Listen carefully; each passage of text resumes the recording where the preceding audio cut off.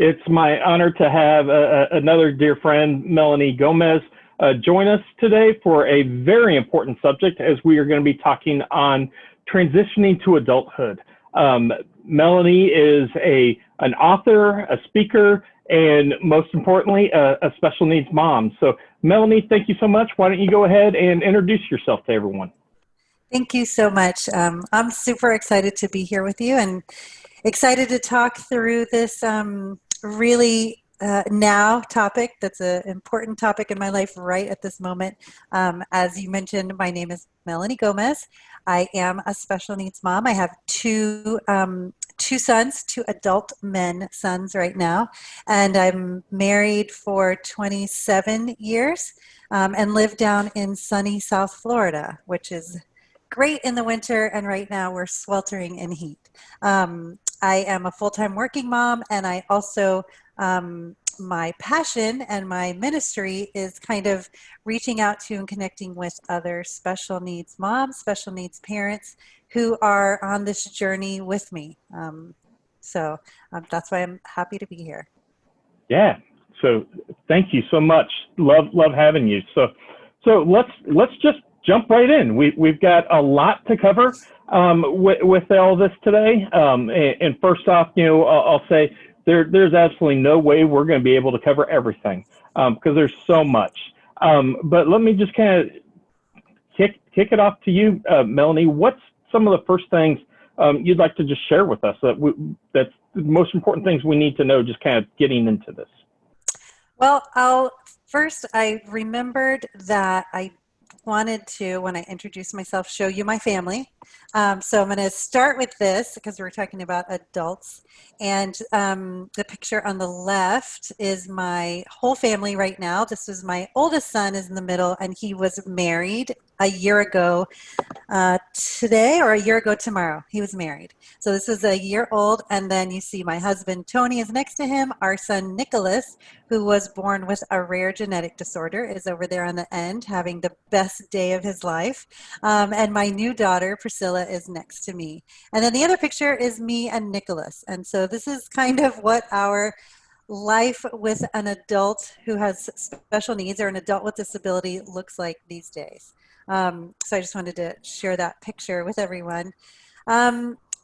There's two different things that I talk to with parents who have tweens, teenagers, young adults with disabilities.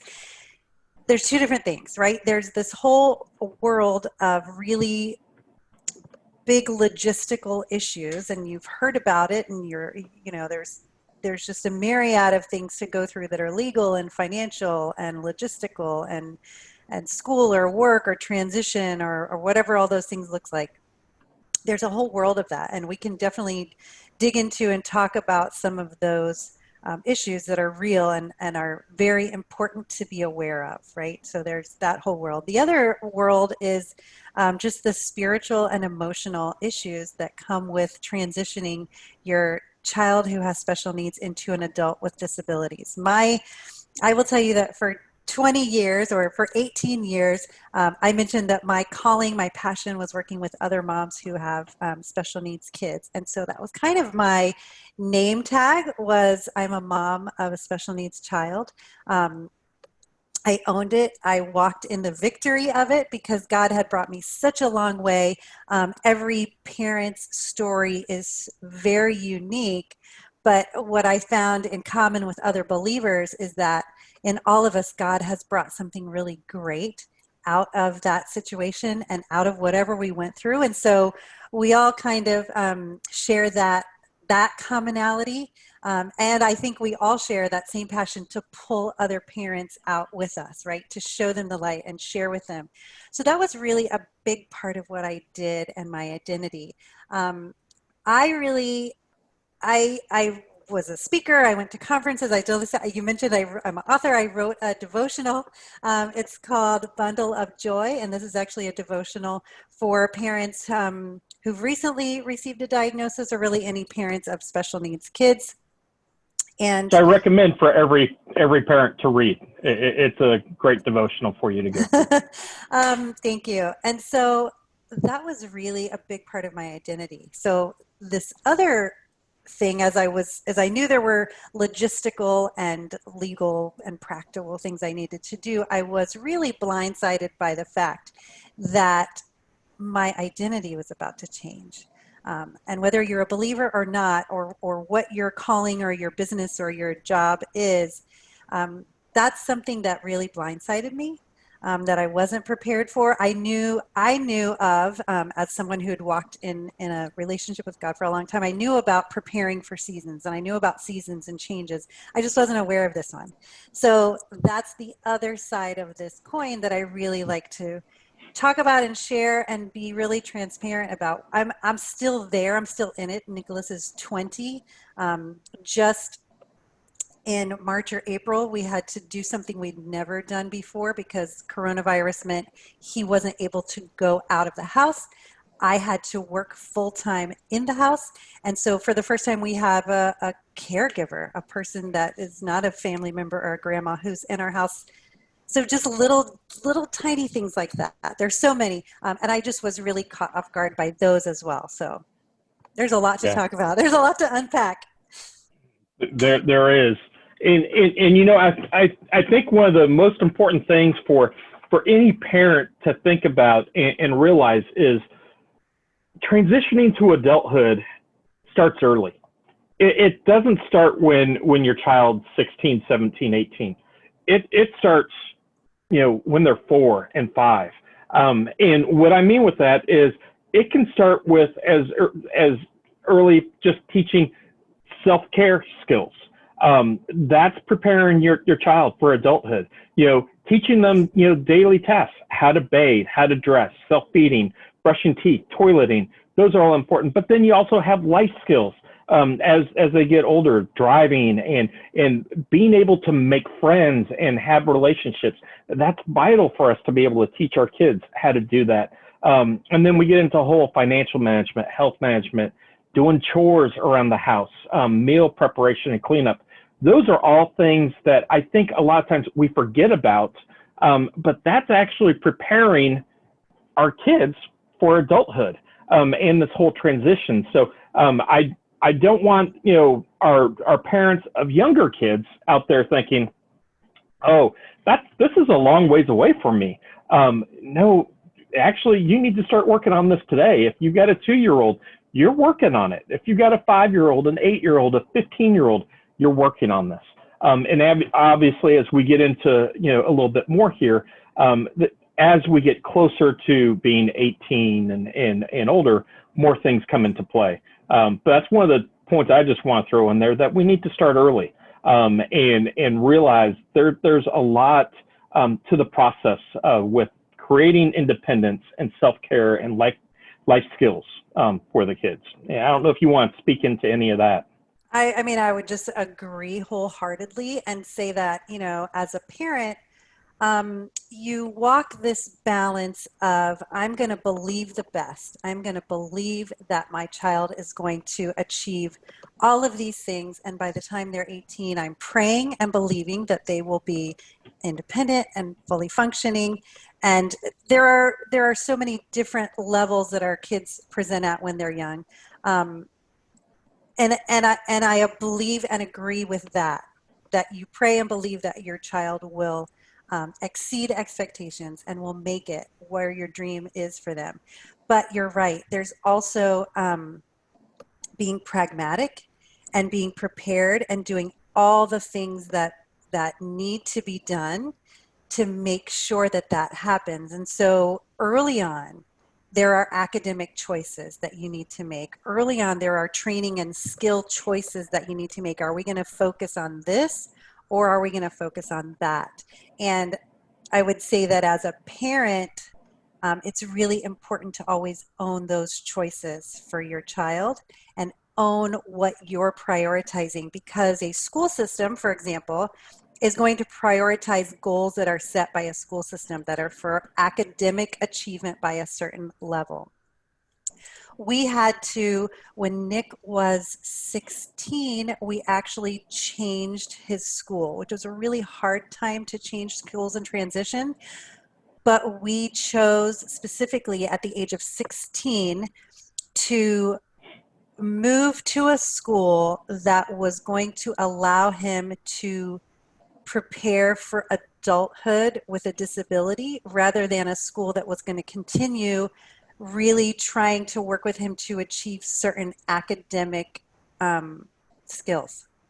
It was just a choice that we needed to make, and it was difficult, and we're so glad we did it because now he's 20 and he's been established at the other school now for a couple of years. This other school actually has an adult program that he can stay in for the rest of his life and continue working on daily living skills.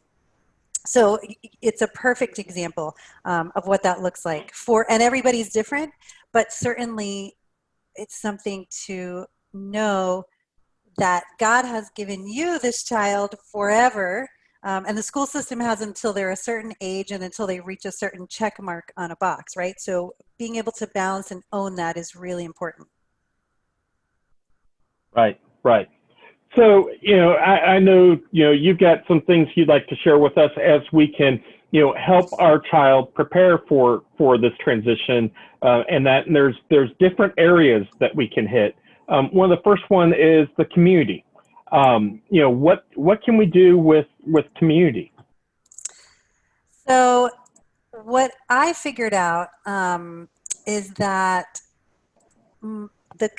at least where I live and in experience with other friends who are in different areas is that the community typically is very different in their level of support for children with special needs and adults with disabilities. And so clubs, support groups, mom groups, all these things that we have become dependent on, sports, right? So many things when they're little that are available and that are inclusive and that are wonderful. Those things really, in most areas, start to disappear. Right. As your child becomes an adult. It's just the reality of it. Church groups, homeschool groups, anything. In addition, in your community, your medical specialists, your healthcare providers, those things are going to change as well. That's, as a special needs mom, a big part of your community is the children's hospital, right? Or the therapy place that we go to 4 times a week. Those things all also change. And so being aware in advance, kind of like we did with school, but being aware in advance, okay, we're going to need to change providers at a certain point, and let's start looking at this now. Dental provider, for example, was a big deal for us that sort of caught us off guard because our dental provider said they could treat until a certain age, but it turns out our insurance wouldn't cover it past 18. So little details of community. For us, medical providers was a big part, but also just clubs and groups and sports and activities. It's a different place. It truly is. And you're so right. It's amazing how adult programming just is non-existent in some areas. So let's shift from the community now to the peer group. And how about there? So that I'm actually talking about my peer group. And so here's one of the areas, again, that sort of caught me off guard. We raised our son with all of our friends as they raised their children, right? And we all raised our kids, and Nick was very different from everybody else's, but that was okay. He still fit in. It was still a group, and we had a lot of support from our friends of typical kids, which is how it should be and how it was. What we noticed is that as everyone's kids started becoming adults, that group dramatically changed because their kids were leaving. And so there was a huge shift, a huge difference between, okay, your daughter is, 17 and she's in high school drama club, and Nick is 17 and he's in Special Olympics, but we still had some connection, and we still could go to dinner at their house and their daughter was there and Nick was there. Once adulthood happens, that group for us and for him, that shifts dramatically. Now, most of our couples friends are doing their second honeymoons and they're off on vacation and they're doing all these cool, fun things. Empty nesters. It's a really cool idea that that doesn't apply to us. And so that that shift, I think, impacted maybe me more than Nicholas, but certainly there was all of that to keep in mind. So preparation would look like by the time he's 15 or 16, really leaning into new relationships, new friend groups, seeking that out and not just kind of floating along. Yeah, yeah, and you know it. What I also find then, and this may even get to the next part, you know, with trying to talk about how then the transitioning affects our family, our family unit. But what I see a lot talking with families now, especially as we're having our kids transition into adulthood, frequently now as parents, we typically are starting now to take care of our parents who are aging and getting elderly, and they may even be moving in with us. So all of a sudden, you've got both ends of the spectrum where you may be dealing with Alzheimer's or dementia in your parents and trying to take care of your adult child all at home, and it's just hard. So let's talk about our family group. How is the transitioning, and what can we do to prepare for the transitioning when it comes to our family? Yeah, absolutely. And that's, and you're so right. And that hits before you know it. In our family dynamic, it was a couple of things because you just saw a wedding picture. Well, that meant that older brother who was babysitter, caregiver, chauffeur, fill-in therapy person, moved out and actually moved across the country. He's in California right now. And Yeah. so that happened. That was huge. That's why I mentioned having a caregiver in the house. We'd never had to have a caregiver in the house. When the boys were little, it was grandparents. As they got older, it was big brother. Grandparents are no longer, at our age, no longer a caregiving option. You're right, they require care. I went to an appointment. My father had been hospitalized. He was at the VA a couple of hours from here. Went to the appointment, and it's my elderly mom and my dad by themselves. They live in Orlando. And so I'm trying to advocate for him to be sent to a rehab center rather than straight home because he had a catheter and he had some other medical things that needed to be taken care of. And the woman at the VA was like, why can't you take care of him? She was outraged that I was trying to pawn off my dad instead of taking care of him. And it really caught me off guard, and kind of with tears in my eyes, I was like, I have a disabled adult to take care of already. Like I can't do this. And so there's an expectation that not by my parents understand, but there's an expectation even just at large that we will be able to do some things with our parents that we can. So again, planning and explaining. I think I had never had that heart-to-heart talk with other family members, my sibling, who I had to say, listen, I'm not going to be an option for this type of care or for this type of situation. And we may have to make choices for our parents that we wouldn't necessarily have to make.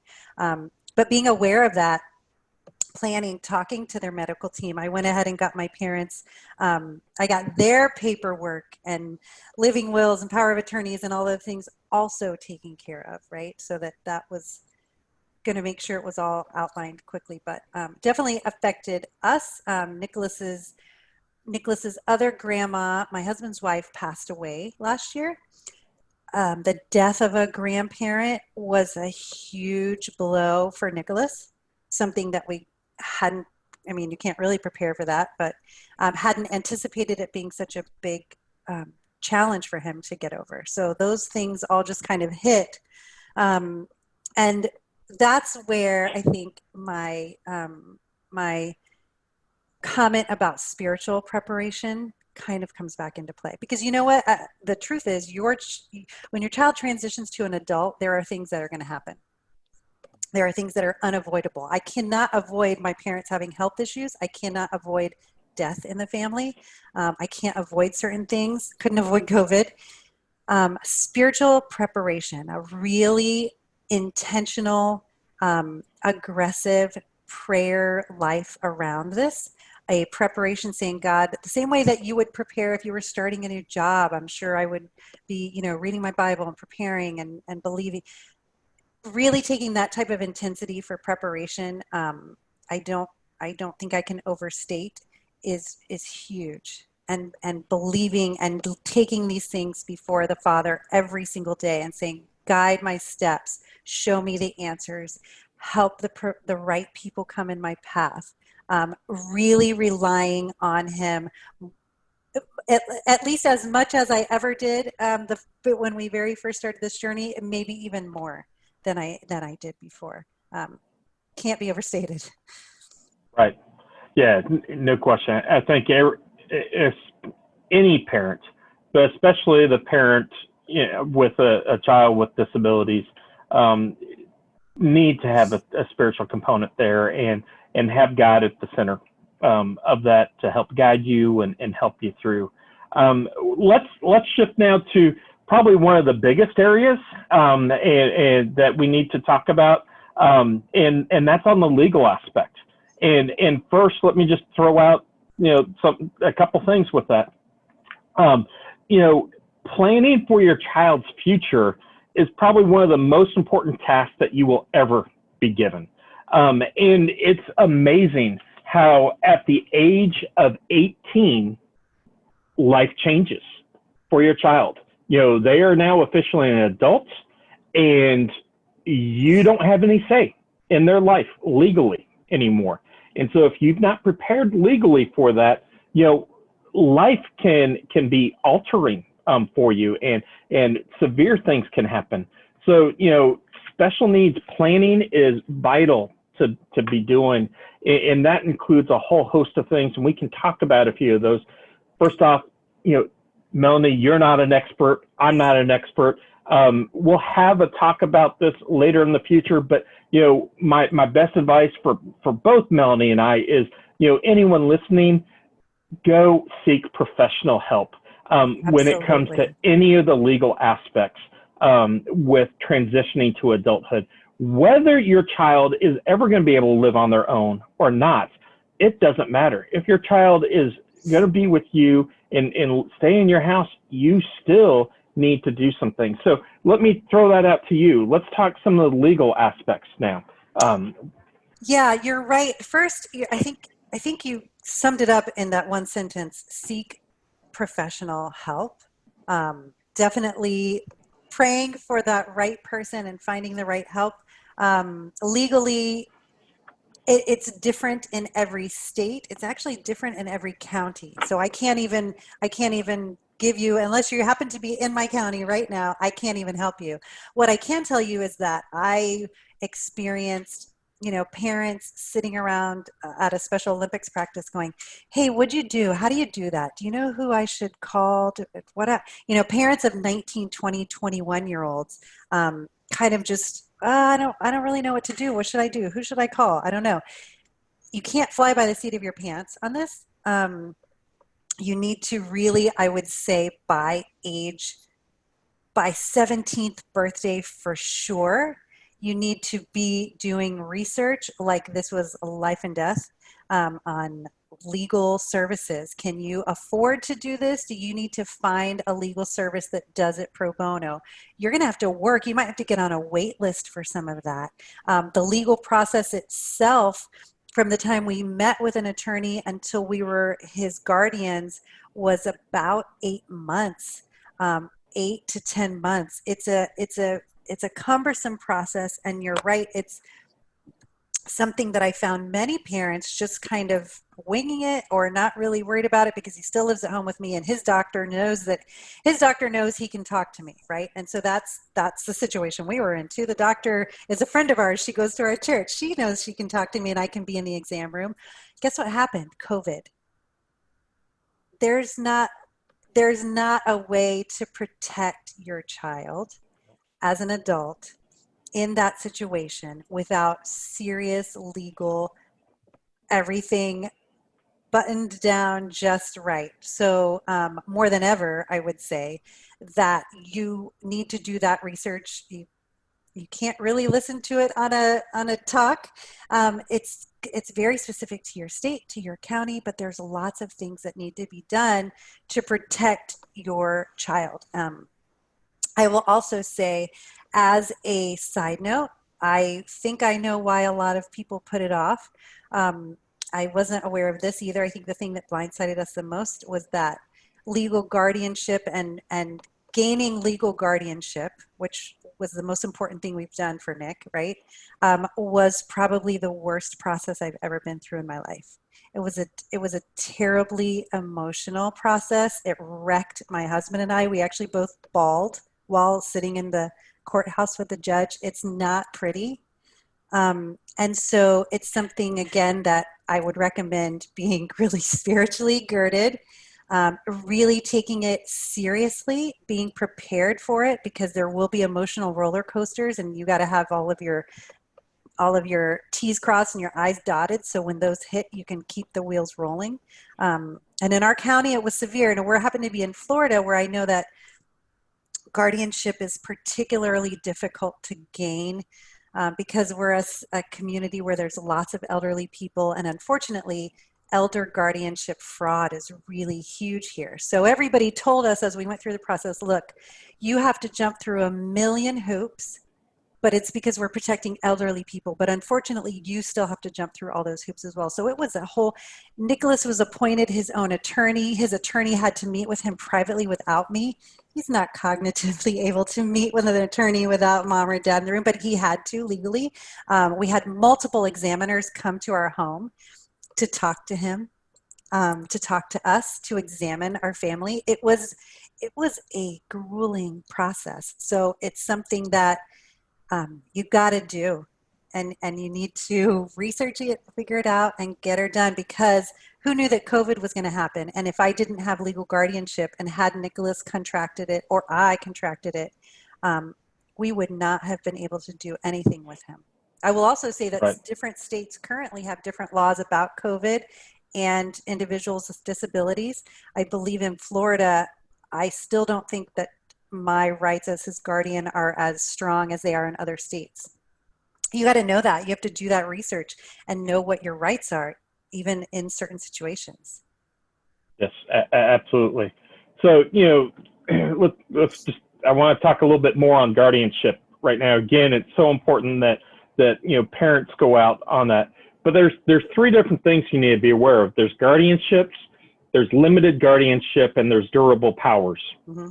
And so you really need to talk with an attorney, a professional who knows what these are, to figure out what's best for your child. But I just want to piggyback on a story you just shared there, Melanie. We've got a family that I've been working with, who they've got an adult son, about 20, who's living at home. And they thought, hey, he's doing fine. He's been fairly healthy. We just don't have the money, and don't want to go through the fight to get guardianship, because it's expensive to do that. And so they chose not to. And same thing, they're like, oh, we know the doctor will always share things with us. Well, like you said, COVID hits, and their child gets sick, ends up in the emergency room and the intensive care unit. Wow. Where now family has zero say. They can't communicate with the doctors. The doctors are not even allowed to give them any information. Their child spent 3 weeks in an intensive care unit without ever being able to know the status on their child, being able to visit them or anything at all, because they never had guardianship. And then they made the determination that the child needed further care, and so sent their child off into a nursing home type of situation when they felt they could have taken care of them at home, but they had no room to be able to speak into that. And their child couldn't say anything because he wasn't cognitive enough to speak into it. So even when you think you've got everything taken care of, it's the best.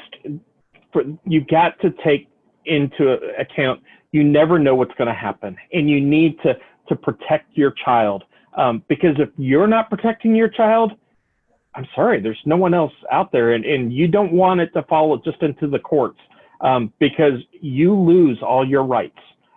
Just being a parent doesn't give you the right to be able to get information and make decisions. So that's an important thing there to go on. Let's kind of while we're talking on this, let's just kind of shift a little bit more. Just one thing again, I'll just comment on real quick is Social Security and Medicaid.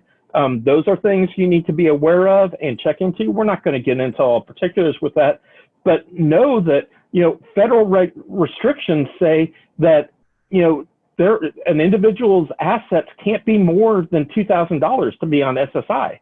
So if you don't prepare things and have that set up, have trust, I've got another family who grandparent passed away and they wanted to take care of their grandkids, so left them money.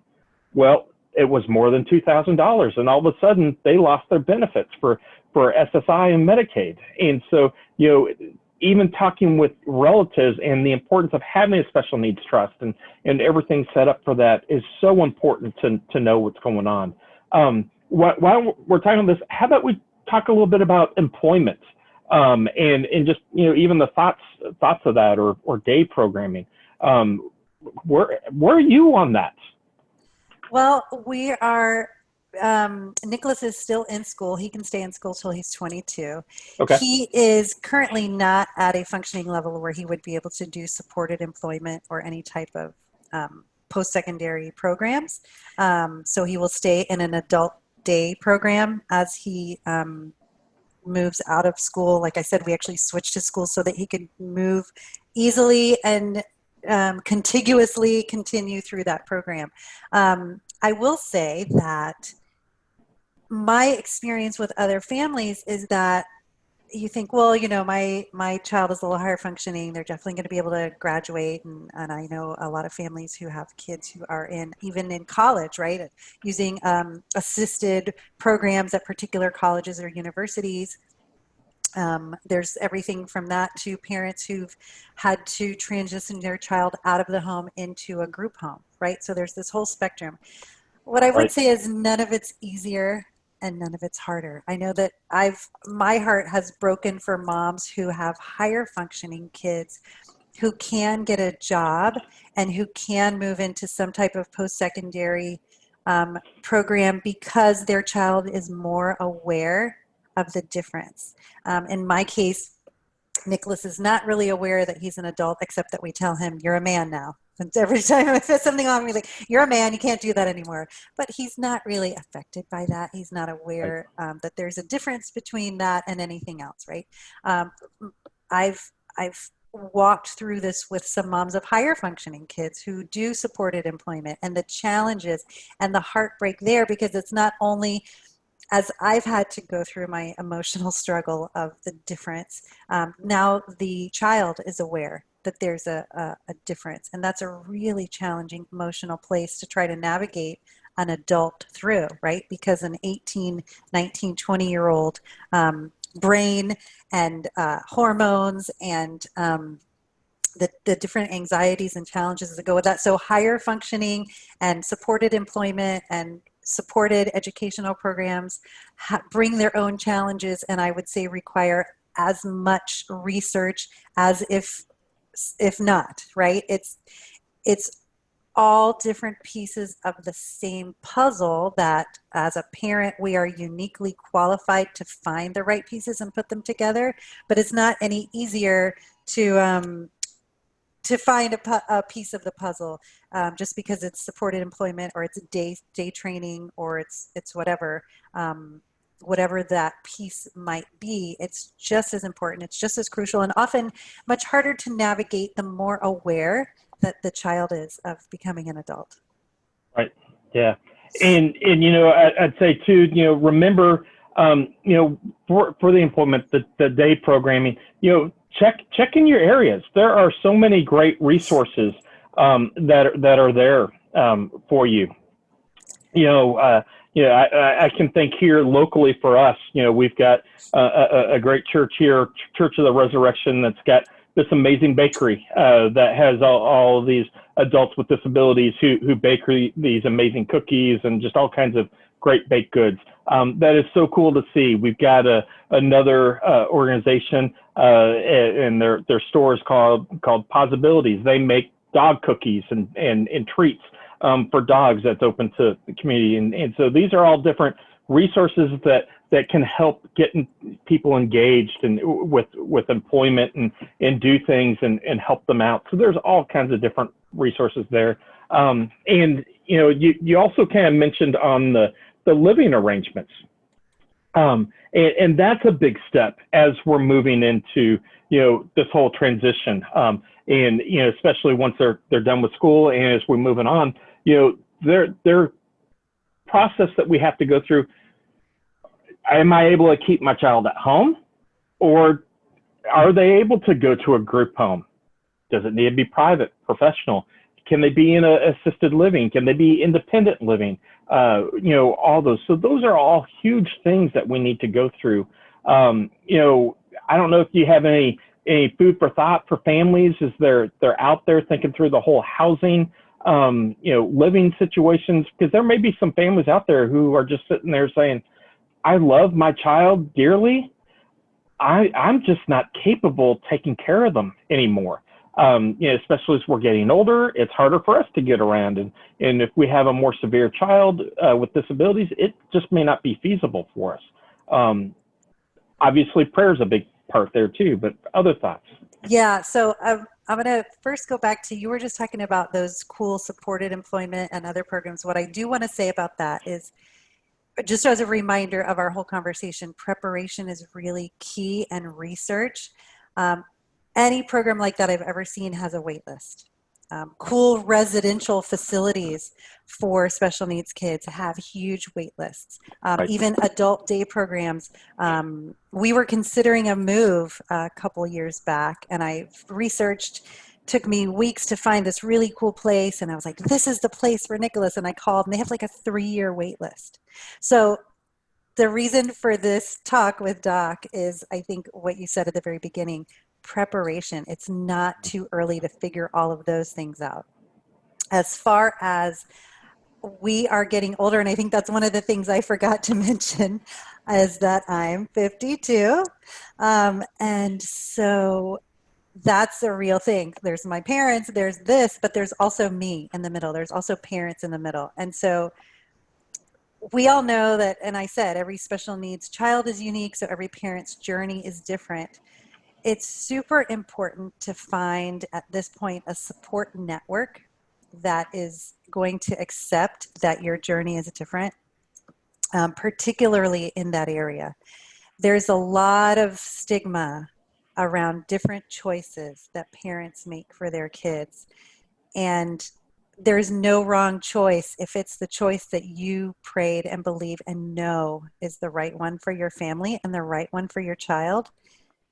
You gotta be able to go with that. And so that's where the spiritual preparation and knowing that you have God's okay and his stamp of approval for your choice, and you do it. But make sure that you can seek out a network of families, like-minded families, who are going to be able to support you in that, because those choices are not easy. Those choices are really hard, and they're hard to make on your own in a vacuum. It's hard enough to get mom and dad to agree on those choices, but after that, you're going to really want to have some support with you. There is no wrong choice. If it's the right one for your child. What there's hard choices. There's really hard choices to make. And I have dear friends who've had to make those choices and believe that it's the best for their child and their child is flourishing, but it's something that you will want to make sure that you can find support for, because there is a community that will support you and that will understand and that will know that you are doing the best for your child. The same as when they were 3 years old and we were looking for the best therapist and the best neurologist and the best whatever. You don't get to do the empty nest thing where you take your hands off the wheel. You need to be prepared to keep fighting, right? So I'm 52, I have to keep fighting. That means everything from in my 40s, I realized I have to be physically fit when I'm 50 and 60. I have to follow what God is calling me to do physically in my body, so that I can still be bending over to tie shoes, pulling out of a bathtub.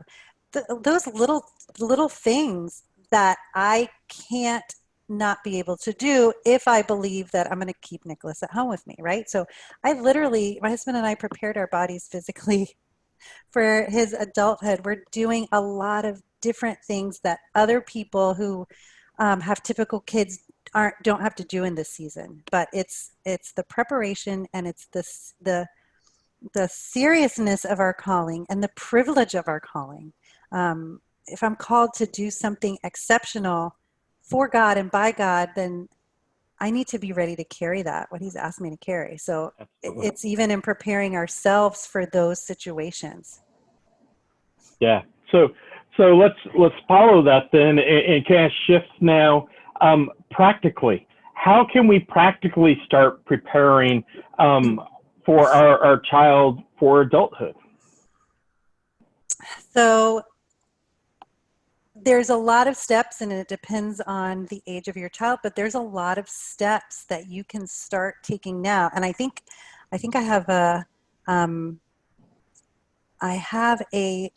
I'll flash it up here really quick. These are all of the areas that we talked about, that we covered: community, peer group, family, legally, practically, and personally. These are all the areas where really research would start, where preparation would start, rethinking what you're doing now. What you've done up until now has been for that season, but rethinking what you're doing for the next season. If you have to change schools, change where you live, change your habits, change your family dynamic and your extended family dynamic, change some providers, change the community that you socialize with.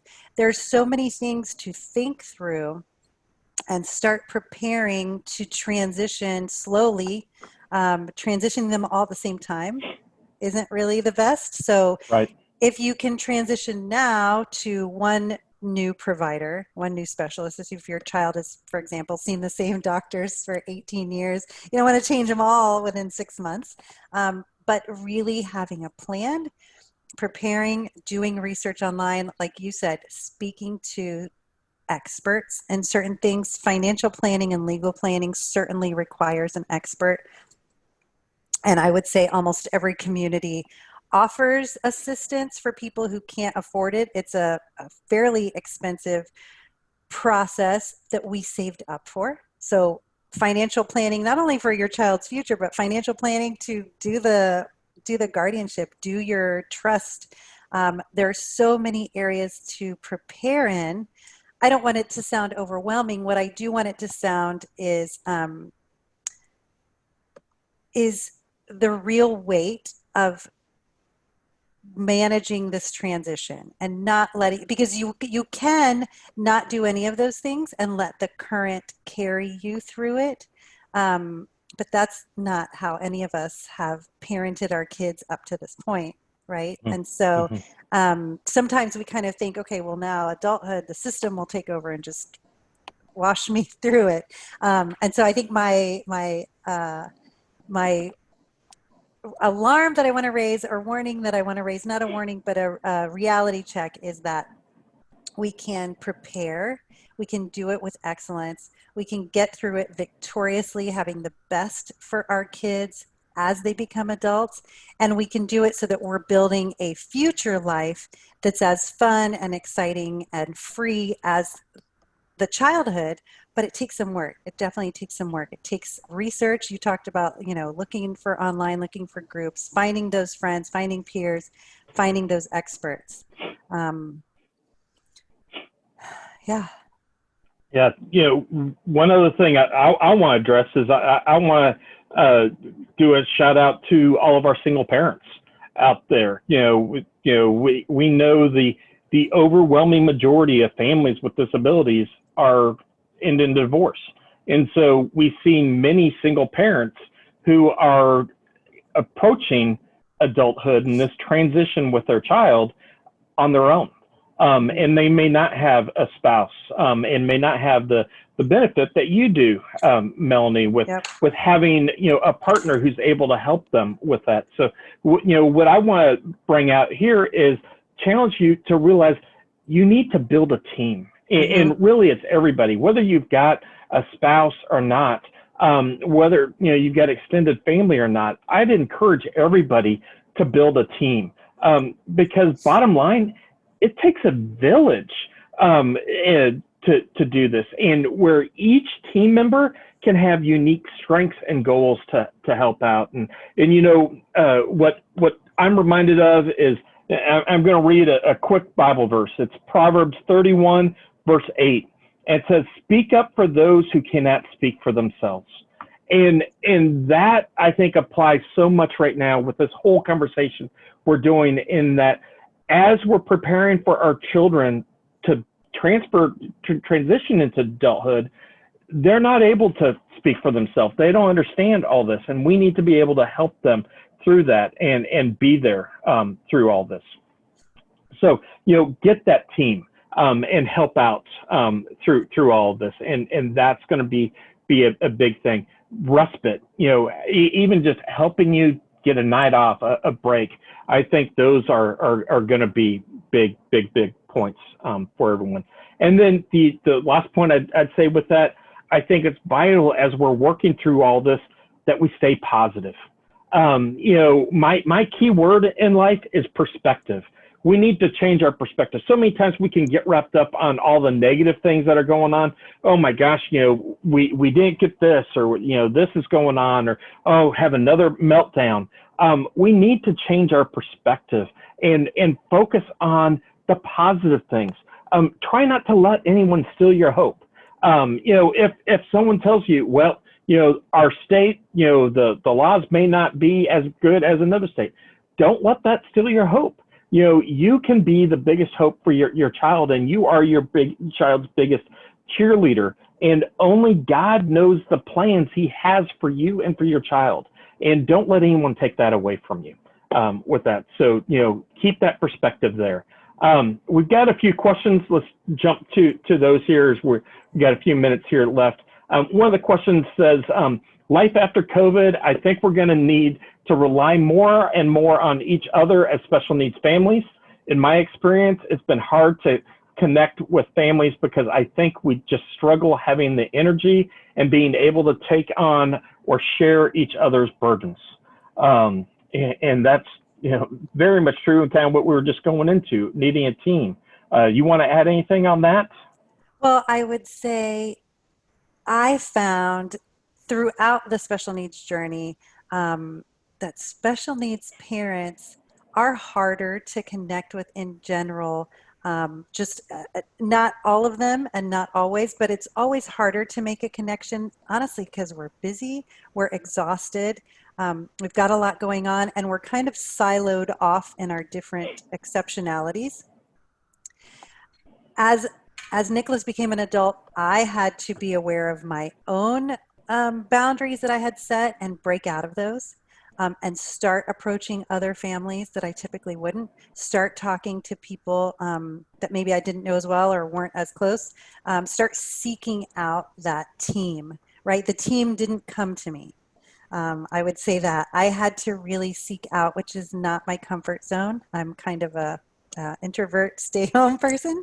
I had to really seek that team out, but you're right. And I think that comment or question is so true, especially as they pointed out in the post-COVID world, and finding those other people, because we really can't do it on our own, and we really, the typical world has a hard time understanding what we need. So yeah, find that other parent and make the first move and start that conversation. Right. Also, before we get to another question, a couple of people are asking if you would share that slide again with all the points. Sure. They didn't get to write everything down. So if you could share that while we go on to some of the next ones, and we can just leave that up on the screen while we talk here. Perfect. For a little bit. One of the other questions was just kind of a follow-up from earlier in our discussion, Melanie, and the question was, you had mentioned earlier that you were caught off guard in using a caregiver, and the question was, why were you caught off guard in needing to use a caregiver? Because we had always been pretty self-sufficient. We always had, like I mentioned, we always had either grandparents or aunts and uncles or older brother. And it had never been something that was on our radar at all, until it hit. I mean, I know it sounds silly, like people on the outside probably were watching this whole process and going, well, they're eventually going to have to get an outside caregiver. And so, but it really did catch us off guard. And so it was a challenge to even understand what that would look like for us, because we had always only had family take care of Nicholas. He needs assistance toileting, he needs assistance bathing, and that was really challenging for us to accept that someone else was going to have to come in and help us do some of those things. If I'm working all day, Dad's at work all day, there's no school or camp, it's going to have to get done. So it did. Yeah. I know it probably sounds silly. Like, how does that catch you off guard? Totally caught us off guard, because we had been a self-sufficient unit for 20 years. Yeah, that makes sense. Yeah. All right. Another great question we've got. It says, as leaders of a church adult ministry, we find ourselves responding to hormone-induced behavior on a situational basis. I think it's important to give adolescents of all abilities appropriate language and boundaries for sexual behavior. Do you find parents wanting to handle these questions themselves, or do they want spiritual guidance? This is a great question. That is a great question. That is the topic that is never discussed. We could spend an entire hour on this. Yeah, you really could. It's really hard for parents to acknowledge that hormones do things in a teenage and adult body that are completely beyond anyone's control. And so for a typical person, you can have those conversations. For individuals who are not cognitively able to have that conversation, it's really challenging.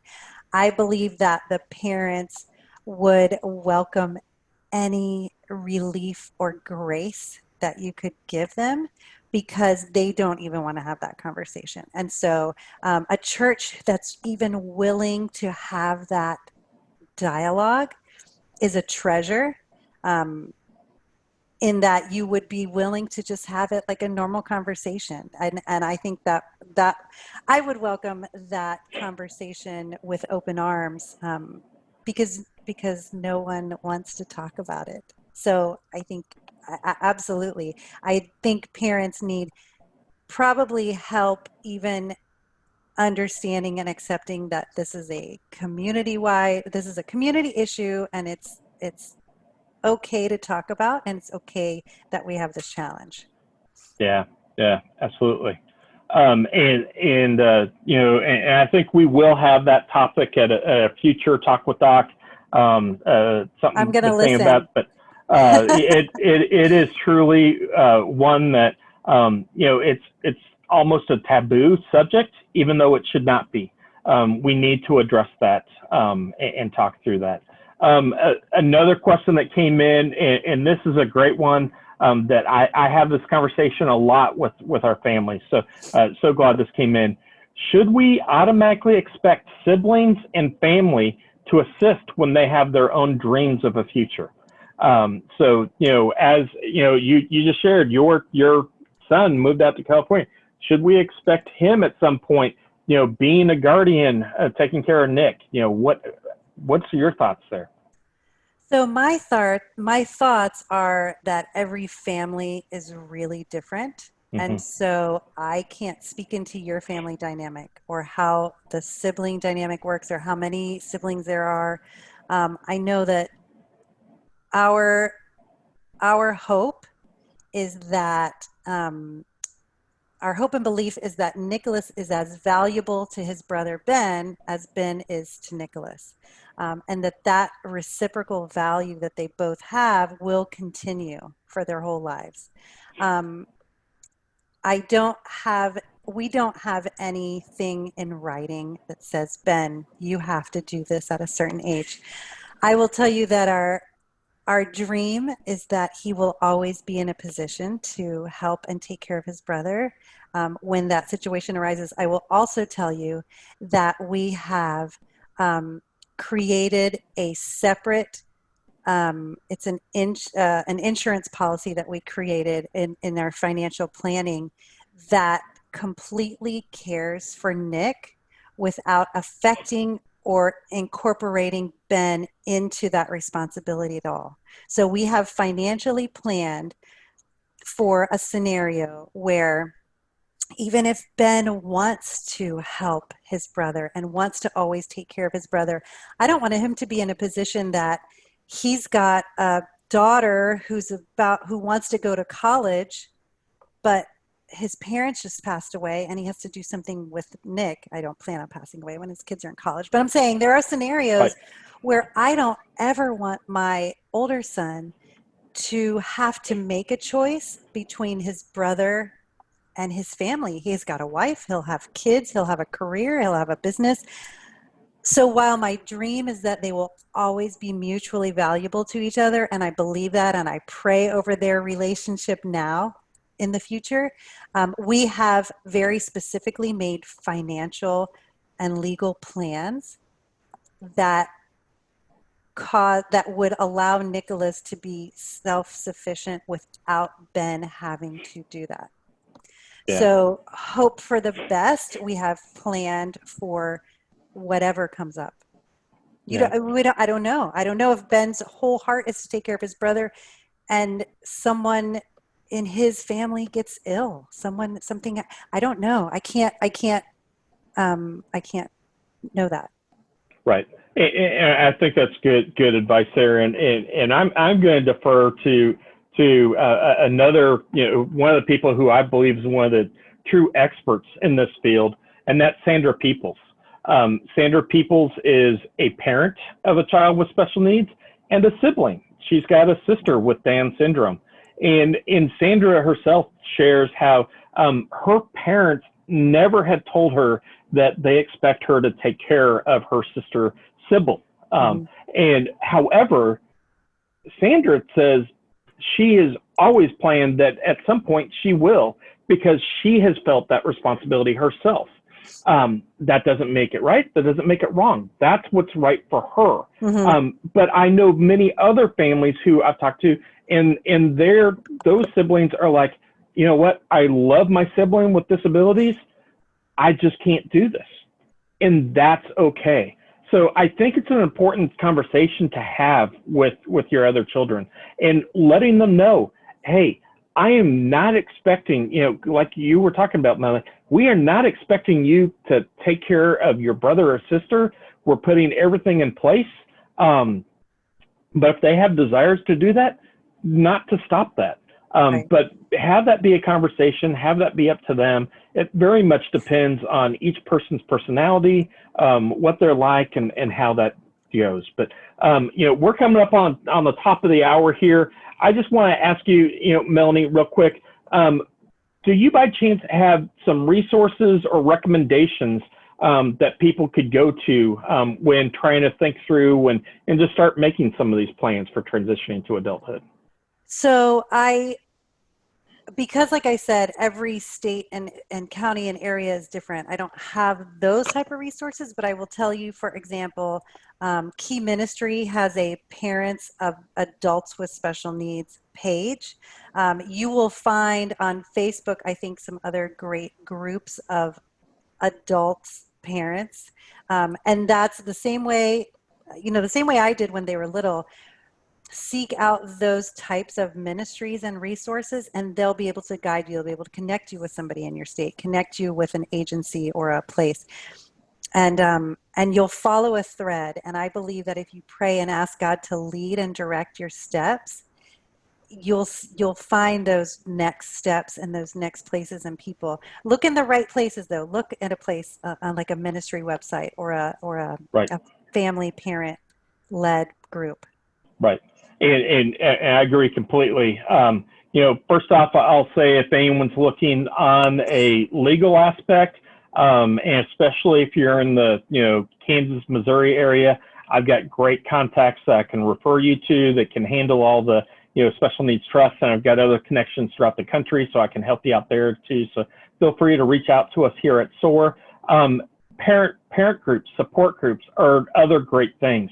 You know, here at SOAR, we're doing virtual support groups. So you can join in from all over the country. And I don't think there's any better way to be meeting with other people who get it, who have gone through that, to find out, you know, ask questions what they've done and go through that process. One other thing we're in the process of trying to do over the next several months is we want to form mentorship teams where we have other parents mentoring other parents as they go through life with it. So, you know, that's something we'd love to do. If anyone's interested in doing that, you know, you contact us at SOAR. You can email us at info@soarspecialneeds.org. Again, it's SOAR, info@soarspecialneeds.org, about either our support groups or mentorships as we're trying to start looking into those. But it kind of leads me into what our talk next week is going to be. I'm excited about next week's talk. We're actually going to be, our talk with Doc will be on creating and sustaining supporting parent groups and communities. So just what we're talking about now, Bronwyn Murphy, the disability ministry coordinator at University Covenant Church in California, she will be our guest. And we're going to be talking about how especially churches can step up to the plate and be creating these groups for parents and helping them and support them through that. So another great time. Please come out for that. And Melanie, let me just get to you again. Thank you so much for being here with us. But any just last parting shots you'd like to share with us as we close our time together? I want to say that being the parent of an adult, which I've now been for 2 years, is a really fun, new, exciting journey if you prepare. And if you're the parent of a 25 or 30-year-old and you haven't done a lot of these things, that's totally fine. You can do them now. And that's no judgment. That's no, these are all steps that we can take at some point, some way. And through prayer, it's just a really fun new season. Yeah, absolutely. Well, a couple things I want to let everyone know about. First, please be saving the date, October the 19th through the 23rd. We are hosting our Wonderfully Made Special Needs Conference. Melanie's going to be one of our speakers. We have 60 speakers from all over the United States and Canada. It's going to be virtual. We have 2 tracks, 1 track for families, 1 track for ministries and organizations working with individuals with special needs and disabilities. And so encourage you to be watching for that. We are hoping to have our registration go live on Monday. We're having unfortunately our website for that crashed this last week, so we're trying to get that up and running, but that will be coming soon. We're going to have early bird specials for the rest of August, so you want to make sure you jump in. We'll have discounted rates for groups as well, so especially churches, you can get all your volunteers be a part of that. It'll be a great time. We'll have a VIP pass where you can have access to every single lecture we'll have for up to a year.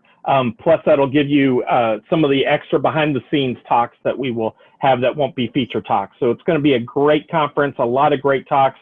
Again, like I said, Melanie's going to be one of our speakers, and it's going to be a great time. So please be saving the date for that, October the 19th through the 23rd. And again, we thank you, everyone who partners with us. If you are enjoying these Talk with Docs, we'd encourage that you partner with us financially. You can go to soarspecialneeds.org/donate and help partner with us financially so that we can continue these. But again, Melanie, thank you so much. It's been a blessing today, and you know, we could have talked a few more hours or so much on this, but just scratching the surface. Yeah. Thank you for sharing your heart, for being transparent on a lot of this, and a lot of great information to be able to help our families out. So thank you so much. Thank you. And I put in the chat, my Facebook is called Redefine Special. Anybody has more questions or more specific details, or if you are in Florida, I'm happy to connect with you, hopefully, over there on Facebook. And share your book again. Oh, yeah. Name of your book. Bundle of Joy. It's on Amazon. Bundle of Joy. Yes. All right, and Melanie Gomez. Well, Melanie, again, thank you so much, and we'll see you all next week. Have a wonderful week. Thank you. Thank you. Bye. Bye-bye.